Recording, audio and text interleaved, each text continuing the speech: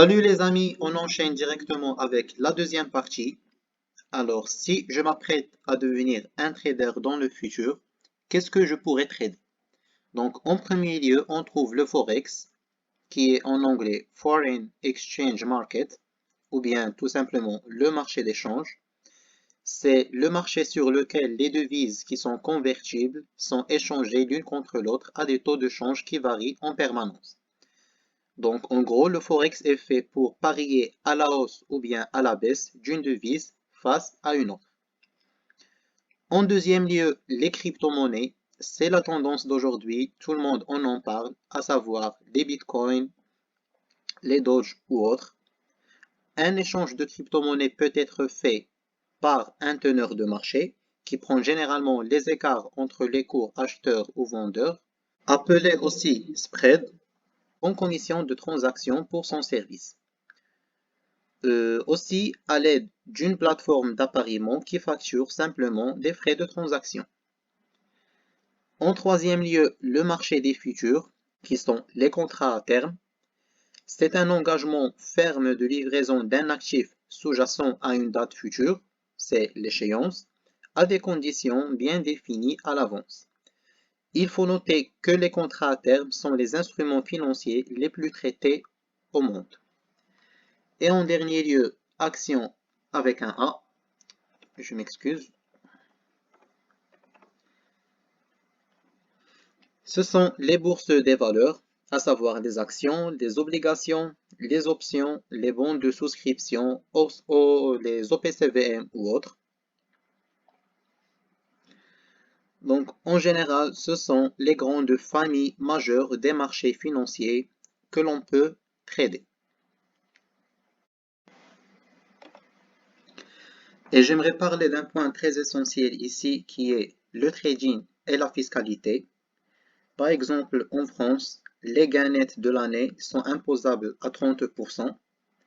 Donc, peu importe si on a fait des gains ou des pertes en trading, il est toujours bien de les déclarer parce que le fisc français permet l'imputation des pertes. Par exemple, si vous réalisez une perte de 2000 euros cette année, l'année prochaine encore une perte de 2000 euros, et la troisième année, vous réalisez un bénéfice de 3000 euros, aux yeux du fisc, vous êtes toujours perdant et donc vous n'êtes pas encore imposable. Donc, il est très important de rester réglo dès la première année parce que les pertes subies sont imputées exclusivement dans les années à venir. Un autre point aussi important à connaître, c'est la structure du marché, qui sont les intervenants présents dans le marché financier. C'est la grande partie part pour les banques, à savoir les banques commerciales ou centrales ou les banques d'investissement. En deuxième position, ce sont les investisseurs institutionnels et les entreprises multinationales. Et enfin, nous les petits traders particuliers qui ne pèsent que 2% des volumes globaux tradés en lot chaque jour sur les différents marchés financiers. Nous allons passer maintenant à un chapitre très important dans notre formation qui est l'analyse fondamentale en trading. Donc, comme vous le savez, c'est le débat du siècle. Ces partisans affirment que c'est le cœur du métier. En revanche, les autres traders affirment que le graphe reflète toute l'information nécessaire pour un successful trading. Alors pour moi, tant qu'il existe des traders gagnants dans la première catégorie et des traders profitables dans la deuxième catégorie, alors pourquoi ne pas combiner entre les deux approches avant de préparer son plan de trading? Pour cela, il faut comprendre la logique de l'analyse fondamentale. Ce qu'il faut retenir, c'est que l'analyse fondamentale est une méthode d'analyse basée sur l'étude des fondamentaux économiques. Elle consiste à déterminer la valeur intrinsèque d'un actif financier pour le comparer à sa valeur du marché. Donc nous avons deux cas de figure qui se présentent. Si la valeur intrinsèque obtenue par l'analyse fondamentale de l'actif est inférieure à sa valeur du marché, alors on dit que l'actif est sous-valorisé.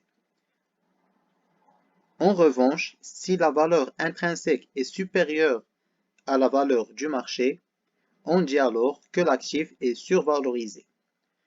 Donc, on cherche plutôt à acheter des actifs sous-valorisés et de vendre des actifs survalorisés.